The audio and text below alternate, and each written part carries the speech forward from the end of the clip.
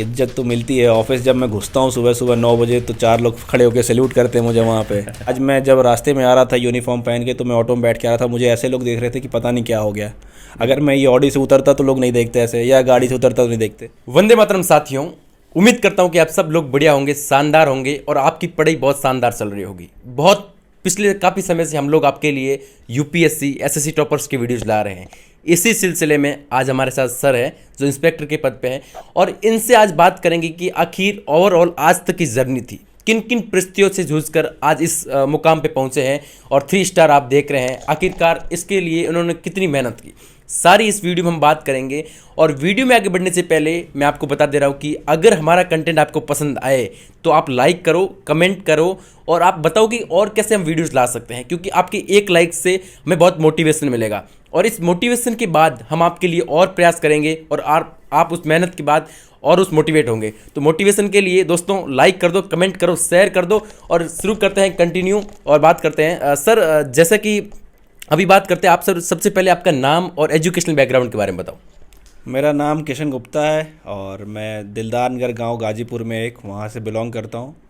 Schooling सारी वाराणसी से हुई है, कॉलेजिंग सारी वाराणसी से हुई है। बनारस के महात्मा गांधी काशी विद्यापीठ से मैं ग्रेजुएट हूँ और ग्रेजुएशन में मैंने बीएससी किया था फिजिक्स केमिस्ट्री और मैथमेटिक्स से। ओके सर, शुरुआत से जैसा आपने बताया कि नॉर्मल स्कूलिंग के बाद क्या आपको क्या लगा कि आखिर एसएससी में जाना है, मतलब 3 स्टार को प्राप्त करना है? कैसा मोटिवेशन था?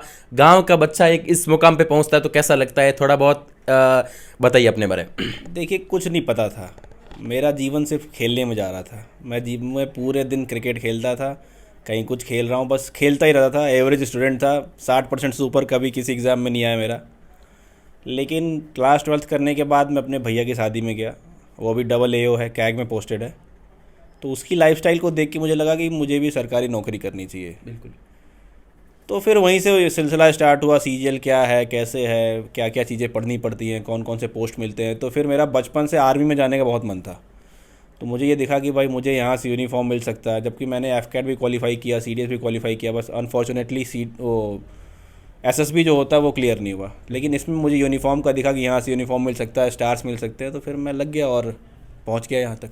जी सर, किसी भी एग्ज़ाम हो या फिर किसी भी लक्ष्य को प्राप्त करने के लिए अक्सर ऐसा लगता है कि हर इंसान खोजता है कि आखिर कितना टाइम लगता है इसमें, कि टाइम कितना लगेगा, इसको कैसे प्राप्त करना है। उससे जानने से पहले आप ये बताइए कि ओवरऑल ये प्राप्त किया तो आपने कितना टाइम लगा? मैंने 3 महीने बर्बाद किए और 9 महीने पढ़ाई की। बिल्कुल। 1 साल में सारा कुछ क्लियर हो गया। लेट इसलिए हो गया क्योंकि बीच में कोविड आ गया था, क्योंकि मैं CGL 19 बैच से सिलेक्टेड हूँ। तो बीच में कोविड आया, CGL 19 पे केस चला लगभग 1 साल तक। तो इन सब चक्करों में 2 साल 2.5 साल के आसपास लेट हो गया, नहीं तो ये तो बहुत पहले मिल गया होता। टोटल 1 साल की मेहनत थी, 3 महीने की बर्बादी थी और 9 महीने की पढ़ाई, इतने में सिलेक्शन मिला। ओके तो सर, जो अभी न्यू एस्पिरेंट हैं, मतलब एसएससी की तैयारी करने में आए हैं, तो उनको आप क्या बोलना चाहोगे कि शुरुआत कैसे करें? क्योंकि सर किसी भी काम को करेंगे शुरुआत में तो बहुत सारी दिक्कत होगी, सिलेबस ही समझ में नहीं आता, इतना बड़ा सिलेबस है, मैथ कैसे समझे, इंग्लिश को कैसे समझे, तो सारी एकदम विधिवत तरीके से सर जो न्यू एस्पिरेंट है उनको आप बताइए। देखिए, जो नए लोग आ रहे हैं, मैं आपको ये बताना चाहूँगा कि जीवन में 2 चीज़ जानना बहुत ज़रूरी है। अगर आप किसी भी सरकारी नौकरी की तैयारी कर रहे हैं तो उसके सिलेबस में ये जानना ज़रूरी है कि आपको क्या नहीं पढ़ना है। ठीक है, जब आपको ये पता चल जाएगा ना क्या नहीं पढ़ना है, तब आप उन चीज़ों पे फोकस कर पाओगे जो आपको पढ़ना है। क्योंकि यहाँ पे मार्केट में बहुत सारी किताबें, बहुत सारा मटेरियल अवेलेबल है। बच्चों को कन्फ्यूज़न हो जाना है कि कौन सी किताब पढ़े कि सिलेक्शन हो जाए। नहीं, कुछ लोग हैं जैसे कि आपको मोटिवेशन फैक्ट्री का जो चैनल है, इनके चैनल पे जो टॉपर्स आते हैं और जो सेलेक्ट हुए हैं, जो उन परिस्थितियों से गुजरे हैं, उनको पता है कि 2-4 किताबें पढ़ के ही आपको सिलेक्शन लेना है, सारी किताब की जरूरत नहीं है। तो जब भी आप तैयारी करने का स्टार्ट कर रहे हैं तो सबसे पहले आप ये देखिए कि भैया क्या नहीं पढ़ना है मुझे, और सबसे सलाह मत लीजिए। मैं ये बात बोलता हूँ हमेशा ही, सिर्फ 2 बंदों से ही सलाह लीजिए, या तो वो सक्सेसफुल हो, वो आपको बताएगा क्या करना है, और या तो बिल्कुल हार मान के बैठ गया हो कि भैया मुझसे नहीं हो पाएगा, वो आपको बताएगा क्या नहीं करना है। बीच वाला आपको कभी सही रास्ता नहीं बता पाएगा क्योंकि वो खुद कंफ्यूज है। और अपने आप को बिल्कुल फोकस करिए कि भाई अगर मैं तैयारी करने के लिए घुस रहा हूँ तो मुझे कम से कम 8 से 9 महीने तो देने ही देने हैं इस पर, ईमानदारी के 8 से 9 महीने देने हैं, जिसमें कि आपको कोई डिस्ट्रक्शन नहीं चाहिए। ना आपके पास फ़ोन होना चाहिए, फ़ोन ज़रूरी है लेकिन फ़ोन सिर्फ पढ़ाई के लिए होना चाहिए और किसी दूसरे काम के लिए नहीं। हर घर की सारी जिम्मेदारियों को छोड़ के सब कुछ कह दीजिए कि भैया मुझे 8 महीने के लिए छोड़ दीजिए, चाहे जहाँ भी 8 महीने दबा के पढ़ाई करिए, बिल्कुल अपना 100% दीजिए और आपका सिलेक्शन श्योर है। ओके जैसा कि आपने बताया कि डिस्ट्रैक्शन बहुत है लाइफ में, डिस्ट्रैक्शन है, फ़ोन है, मोबाइल है, गर्लफ्रेंड है, और भी बहुत सारे इस ब्रह्मांड में डिस्ट्रैक्शन है। तो इसको किस प्रकार निजात पाए, क्योंकि डिस्ट्रैक्शन अगर होंगे तो मुझे लगता है कि सफलता तो नहीं मिलेगी सर। बहुत मुश्किल है। देखिए आपको मैं बताऊं कि सबसे बड़ा फ़ोन है आपके पास, जो डिस्ट्रैक्शन है आपका, उससे अगर आप दूर हैं 7 से 8 महीने, उसका यूज़ सिर्फ आप अपने पढ़ाई के लिए कर रहे हैं, तो आपका जो सिलेक्शन तक का रास्ता है ना, बहुत आसान हो जाएगा। बिल्कुल। मेरा जो चैनल है उस पर बहुत सारे, उस पर मैंने ये बोल रखा कि भाई आपको कोई भी दिक्कत हो आप मुझे मैसेज किया करिए, मैं आपका उसको सोल्यूशन दूंगा। वहाँ मुझे बहुत सारे मैसेज आते हैं। कोई कहता है मेरी गर्लफ्रेंड छोड़ के चली गई, कोई कहता है मेरा बॉयफ्रेंड छोड़ के चला गया, कोई कह रहा है मुझे मतलब गंदी चीज़ों की आदतें लग गई हैं, मैं फोकस नहीं कर पा रहा हूँ पढ़ाई पे। तो आप नहीं कर पाएंगे क्योंकि आप बहुत ज़्यादा डिस्ट्रैक्टेड हैं। आपको अपने दिमाग को एक जगह ऑर्गेनाइज करना है और ये सोचना है कि भाई जो मैं कर रहा हूँ वो क्यों स्टार्ट किया था, क्या सोच के स्टार्ट किया था। क्योंकि स्टार्ट करने से पहले सब कुछ सोचता है ना कि भाई क्या करना है, क्यों करने जा रहा हूँ मैं, कोई क्यों ये स्टेप उठा रहा हूँ। तो उस चीज़ को सोचिए, दिमाग को एक जगह शांत रखिए, हर चीज़ से दूर रहिए, क्योंकि ये सारी चीज़ें आपको काम नहीं आने वाली है। आपका लाइफ ही आपके काम आएगा कि आप अपने लाइफ में क्या कर सकते हैं। ये आपके पास बोल रहा हूँ मैं कि 6 महीने हैं और आगे के 60 साल हैं। आपको डिसाइड करना है कि इन 6 महीनों में मज़े करने हैं और आगे 60 साल कष्ट करना है, या इन 6 महीने कष्ट करके आगे का 60 साल अच्छा करना है। बिल्कुल। यही चीज़ मैं सबको बोलता हूँ। तो अपने आप को बिल्कुल फोकस रखिए। आपके पास बहुत सारे डिस्ट्रैक्शन होंगे, मेरे पास भी बहुत सारे डिस्ट्रैक्शंस थे। 2018 में मुझे पहली बार स्मार्टफोन मिला था और मैं बिल्कुल फ़ोन एडिक्ट था। मोबाइल में वेब सीरीज़ देखना, मूवीज़ देखना, बातें करना, व्हाट्सएप, उस समय टिकटॉक भी था, तो बहुत ज़्यादा डिस्ट्रैक्शन था। लेकिन जब मुझे लगा कि नहीं ये मेरे लाइफ को हैम्पर कर रहा है, मेरे सिलेक्शन तक के पहुंचने वाला जो रास्ता है उसको हैम्पर कर रहा है, मैंने एक क्लिक किया, भाई नहीं करना, छोड़ दिया। बिल्कुल। फ़ोन, आज मेरा फ़ोन देख लीजिए, मेरे फ़ोन का स्क्रीन टूटा हुआ, मैं एक एक्साइज इंस्पेक्टर हूँ, अच्छा फ़ोन अफोर्ड कर सकता हूँ लेकिन मेरे फ़ोन का पूरा स्क्रीन टूटा हुआ, क्योंकि मुझे उसकी ज़रूरत ही समझ नहीं आती। फ़ोन का काम क्या है, हाँ घर पे फ़ोन करके बोल दिया मम्मी खाना खा लिया, पापा बोल दिए ठीक है, हाँ ठीक है, सब कुछ अच्छा है, बस इससे ज़्यादा कोई फ़ोन का काम ही नहीं है। बिल्कुल। तो इन सब चीज़ों से बचिए, बहुत सारे काम आएंगे आपको, बहुत सारे मौके मिलेंगे फ़ोन चलाने के। अभी हो सकता है आप वीवो का फ़ोन चला रहे हो, बाद में आके आईफोन चलाएं, बिल्कुल। तो मिलेगा टाइम। ज़रूरी नहीं है, टाइम ख़त्म नहीं हो रहा, अभी टाइम है आपको अपने ऊपर समय देने का, अपनी ज़िंदगी बनाने का, अपने खुद को प्रायोरिटी पर रखने का। तो वो करिए, और 7-8 महीना, 1 साल मैक्सिमम टू मैक्सिमम आपको 100% तैयारी करनी है, आप कोई भी एग्ज़ाम निकाल सकते हैं। ओके सर, टाइमिंग किसी भी एग्ज़ाम को क्रैक करने के लिए एक टाइम मैनेजमेंट है ना, बहुत अच्छा रोल प्ले करता टाइम है। मैनेजमेंट आपकी लाइफ में भी बहुत बड़ा रोल प्ले करता है, सिर्फ एग्जाम निकालने के लिए नहीं है। आप हर चीज़ में सक्सेस पा सकते हैं अगर आपका टाइम मैनेजमेंट अच्छा हो, क्योंकि 24 घंटे सबके पास है। बिल्कुल। मेरे पास भी 24 घंटे हैं, और जो रोड पे बैठा है भिखारी भीख मांग रहा है उसके पास भी 24 घंटे ही हैं। आप अपने टाइम को मैनेज कैसे कर रहे हैं वो बहुत डिपेंड करता है। मैं आपको बताता हूँ कि आपके टाइम को मैनेज क्या करना कैसे है। देखिए, आप छोटे छोटे टारगेट्स बनाइए। जो लोग तैयारी कर रहे हैं उनको 5 दिन का टारगेट, 5 दिन ना पढ़ के 6वें दिन 12 घंटे मत पढ़िए, हर रोज़ तो 2 घंटे पढ़िए, 3 घंटे पढ़िए, छोटे टारगेट्स बनाइए। छोटे टारगेट्स बनाने से क्या होगा कि आपके अंदर मोटिवेशन आएगा कि हाँ मैंने अपने टारगेट को पूरा किया है। आप जैसे मैंने कह दिया कि भाई आपको 24 घंटे में 4 घंटे का टारगेट बना लिया है, तो आप 4 घंटे का टारगेट बना के उसको कंप्लीट करके पूरे दिन घूमिए, कोई टेंशन नहीं है। पहले दिन आपने प्रायोरिटी कर लीजिए कि भैया 4 घंटे पढ़ लूँगा मैं, उसके बाद चाहे जो करूँगा, मूवी देखो, घूमो फिरो, जो करो। 4-5 दिन तुम 4 घंटे पढ़ के घूमोगे फिरोगे, 6वें दिन तुम्हें ऐसा लगेगा यार 4 घंटे से ज़्यादा भी तो पढ़ सकता हूँ मैं। बिल्कुल। और फिर तुम 4 से 6 ले आओगे, उसको 6 से 8 तक पहुंचेगा। और 6-8 घंटा पढ़ना ये सब केवल किताबी बातें होते हैं। आप अगर 4-5 घंटे डेली पढ़ रहे हैं ना, रेगुलर से, कंटिन्यूटी के साथ, कोई भी एग्ज़ाम क्रैक हो सकता है। दूसरी बात, आपको अपने टाइम को मैनेज करने के लिए सबसे पहले एक डायरी बनानी पड़ेगी। बिल्कुल। उस डायरी में आप रात में सोने से पहले लिखिए कि आपने सुबह से क्या क्या किया है। जब आप ये लिखेंगे ना, तो आपको ये समझ में आएगा कि आपने टाइम अपना वेस्ट कहाँ किया है।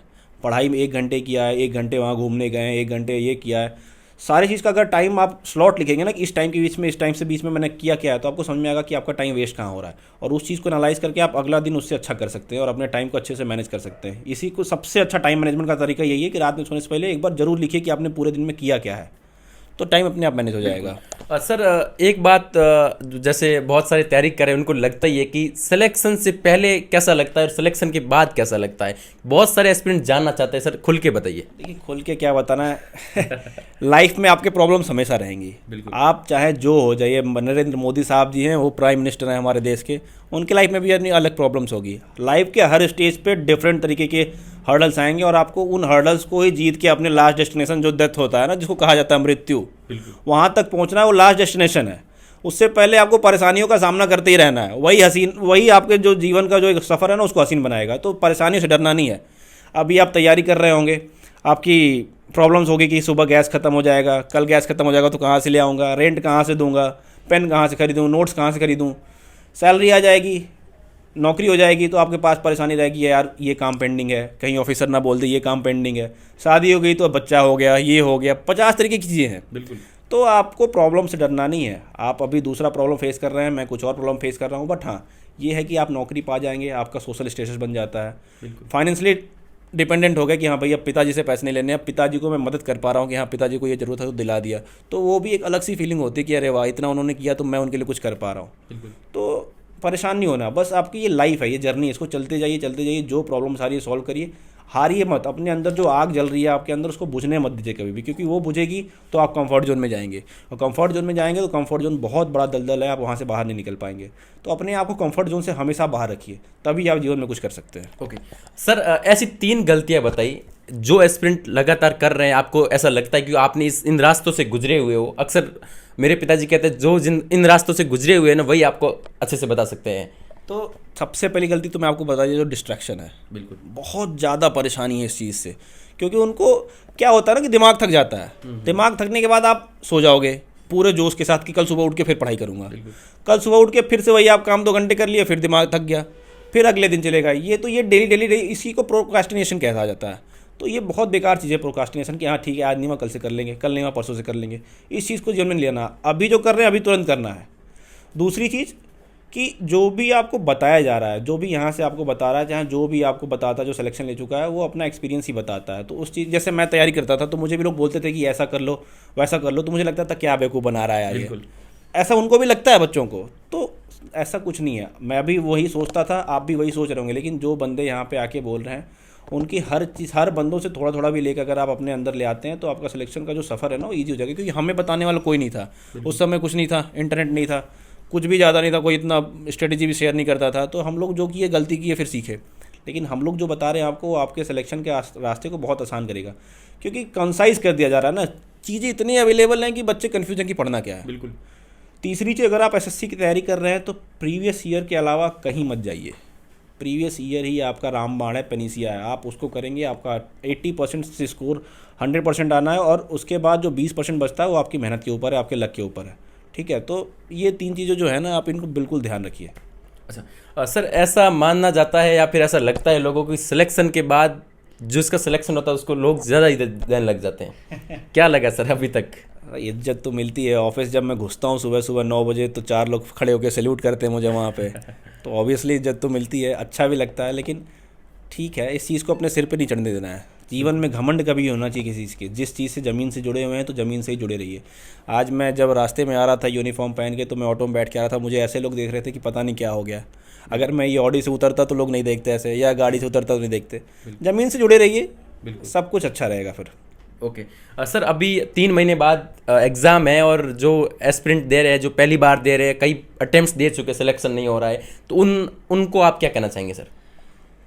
देखिए, जो अटेम्प्ट्स दे चुके सिलेक्शन नहीं हो रहा, वो कहीं ना कहीं प्रैक्टिस से मार खा रहे हैं, वो अपने फोकस को लूज़ कर रहे हैं। अब टाइम जो बचा हुआ है, जो तैयारी कर चुके हैं, जो 22 वाले में भी फंसे थे, जिनका नहीं हो पाया, कंप्यूटर में फेल हो गए, तो वो लोग क्या करें, सिर्फ रिवीजन करिए और डेली अपना मॉक टेस्ट दीजिए, मॉक टेस्ट को एनालाइज करिए। आप डेली का एक नियम बना लीजिए कि जो मॉक टेस्ट दूंगा मैं शाम तक उसको एनालाइज करूंगा, और एनालिसिस ऐसा करना है उसका कि आपको दूसरे दिन जब वो मॉक में कोई क्वेश्चन आता है तो क्वेश्चन गलत नहीं होना चाहिए। बस ये 3 महीने तक आप करते रहिए। और प्री का तो कोई ऐसा भी नहीं है, तैयारी तो आपको मेंस का करना है, क्योंकि प्री तो क्वालिफाइंग है, और प्री और मेंस का पैटर्न लगभग सेम हो गया है, तो आपको तैयारी मेंस ही करनी है। जो भी स्ट्रेटेजीज मैं भी शेयर करता हूँ अपने चैनल पे, आप वहाँ भी जाके मुझे फॉलो कर सकते हैं, और मेरा वहाँ पे एक्साइज इंस्पेक्टर का लाइफस्टाइल भी दिखाता हूँ मैं कि कैसी होती है, तो उस पर भी बता रखा है। मोटिवेशन फैक्ट्री जो चैनल है वहाँ पे बता रखा है, यहाँ भी आपको मैंने बता दिया। परेशान नहीं होना, हवा नहीं बनाना है, दिमाग को शांत रखना है और धीरे धीरे काम करते रहना। चीज़ें ओवरनाइट नहीं होती हैं, धीरे धीरे ही होती हैं। ओके सर, लास्ट सवाल की ओर चलते हैं सर। अपनी व्यक्तिगत राय दीजिए, अंतिम में आप क्या बोलना चाहेंगे सर? देखिए, जितनी व्यक्तिगत मेरे अंदर थी सब तो मैंने बता दी, क्योंकि जो बच्चे प्रॉब्लम फेस कर रहे हैं ना, वो मुझे ऐसा, जब मैं तैयारी करता था तो मुझे ऐसा लगता था कि भाई जब मैं सेलेक्ट हो जाऊंगा तो मैं बच्चों को बताऊंगा कि ये गलती नहीं करनी है। तो ये तो मौका आपने मुझे दे ही दिया बताने का। बाकी मैं यही कह रहा हूँ कि प्रायोरिटी सिर्फ खुद को दीजिए, कोई काम नहीं आने वाला है। आपका शरीर, आपका हेल्थ और आपका दिमाग ही आपके साथ है, आपका जो स्टेटस है वही आपके साथ रहेगा। ईमानदारी से काम करिए, चाहे आप नौकरी में हो, चाहे पढ़ाई कर रहे हो, जो भी काम कर रहे हो उसमें 100% दीजिए, और उसके बाद तो फिर सफलता आपके कदम चूमनी है। ओके, दोस्तों रुकिए, अभी इंटरव्यू खत्म नहीं हुआ है। उससे पहले मैं आपको बता दूं कि सर का यूट्यूब चैनल है जो जिसका लिंक आपको मैं यूट्यूब डिस्क्रिप्शन में दे दूंगा, वहाँ से आप प्राप्त कर सकते हैं। अगर वहाँ पे अगर ओपन नहीं हो तो उसके बाद मैं आपको कमेंट बॉक्स में भी दे दूंगा, वहाँ से आप ओपन कर सकते हैं। और इसके अलावा सर जो जहाँ पे अपनी लाइफ जर्नी जो भी है वहाँ पे शेयर करते हैं, और भी तमाम वीडियोस, स्ट्रेटजी की वीडियोस है, क्या आपको करना है, कैसे करना लाइफ में, और कैसे न्यूज़पेपर पढ़ना है, बहुत सारी जो स्ट्रेटजी से लेकर है एसएससी में जितना भी आपको लगता है सारा कुछ इसमें आपको मिल जाएगा। चलो सर, बहुत बहुत धन्यवाद सर, इतना अमूल्य टाइम निकाल कर आपने हमें दिया, और आपको उम्मीद करता है कि आप बड़े लेवल तक जाएं। और thank you so much guys.